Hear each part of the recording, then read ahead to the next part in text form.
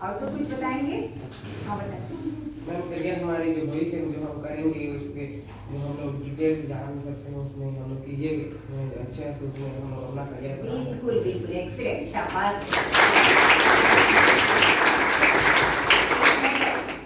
देखो यहाँ पर हमारा विषय क्या है? करियर काउंसलिंग है।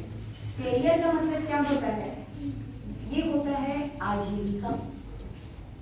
हम आप सब जो यहाँ पर पढ़ाई करने आ रहे हैं, ठीक है, क्योंकि सबके जीवन में कहीं ना कहीं एक लक्ष्य होगा। हम पढ़े लिखे कुछ करें।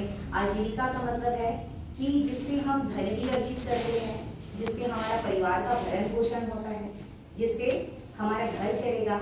तो भाई इतनी सारी पढ़ाई लिखाई करके इतनी सारी डिग्रियां प्राप्त करने के बाद, ठीक है, यदि हमको कोई आजीविका नहीं मिलती है, आजीविका का मतलब ये नहीं है कि हमको केवल सरकारी नौकरी सरकारी जॉब ही मिल जाए। हमारे पास बहुत सारे स्कोप में बहुत सारे क्षेत्र हैं जिनमें हम अपना जगह और नाम दोनों चीजें बना सकते हैं। करियर का सीधा सीधा मतलब होता है आजीविका। और जहां तक काउंसलिंग शब्द की बात है तो काउंसलिंग शब्द का मतलब होता है परामर्श। जो करियर काउंसलिंग का मतलब होता है आजीविका के लिए परामर्श देने वाला परामर्शदाता। मैं आपकी सबके बीच उपस्थित हुई हूँ कैरियर काउंसलिंग के लिए। इस विषय पे अभी बात करूंगी। इस विषय पे मैं बात करूंगी कि लक्ष्य निर्धारण आप कैसे करें, समय का प्रबंधन कैसे करें, व्यक्तित्व का विकास कैसे करें, कम्युनिकेशन स्किल कैसे बनाएं, नेतृत्व प्रबंधन कैसे करें। ये बहुत सारे विषय हैं। तो यहाँ पर अब देखिए हम सबसे पहले अपने पहले विषय पर आते हैं। हमारा पहला विषय यहाँ पर क्या है? Career counselling.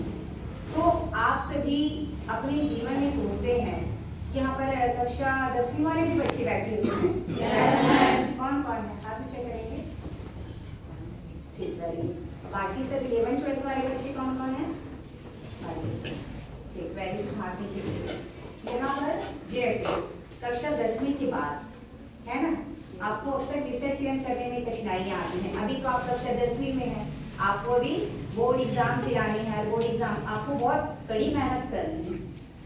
कड़ी मेहनत कीजिए, अपनी संकल्प शक्ति को बढ़ाइए, अपनी इच्छा शक्ति को बढ़ाइए। कुछ ऐसा क्यों नहीं करते? कुछ ऐसा करिए। जाना तो है ऊपर एक दिन सबको, जाने से पहले अपनी कोई पहचान, अपना कोई नाम छोड़ दीजिए। कुछ ऐसा करिए कि पूरी जिला आपको जाने, है ना? देखिए मैं प्राथमिक शाला कन्या राजापारा में पढ़ी, सरकारी विद्यालय में। 6वीं से 12वीं तक की पढ़ाई मैंने सरकारी विद्यालय कन्याशाला गर्ल्स स्कूल में की है, ठीक है।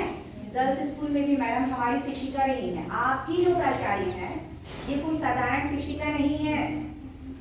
जिनके सानिध्य में, जिनके लीडरशिप में आपका भर्ती स्कूल चलता है, ये साधारण शिक्षिका नहीं है। ये वो शिक्षिका है जिन्होंने एक राज्यपाल अवार्डेड शिक्षिका को जन्म दिया है। तो कहीं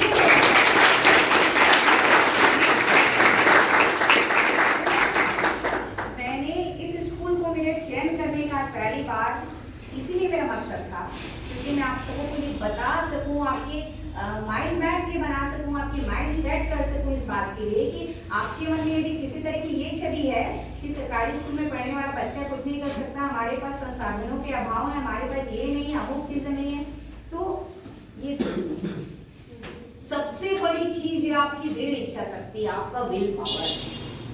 आप अपने विल पावर से अपनी गोल सेटिंग कीजिए और अंततः आपको एक दिन कामयाबी मिलती रहेगी। मैं कहती हूँ, समझ रहे हैं आप लोग?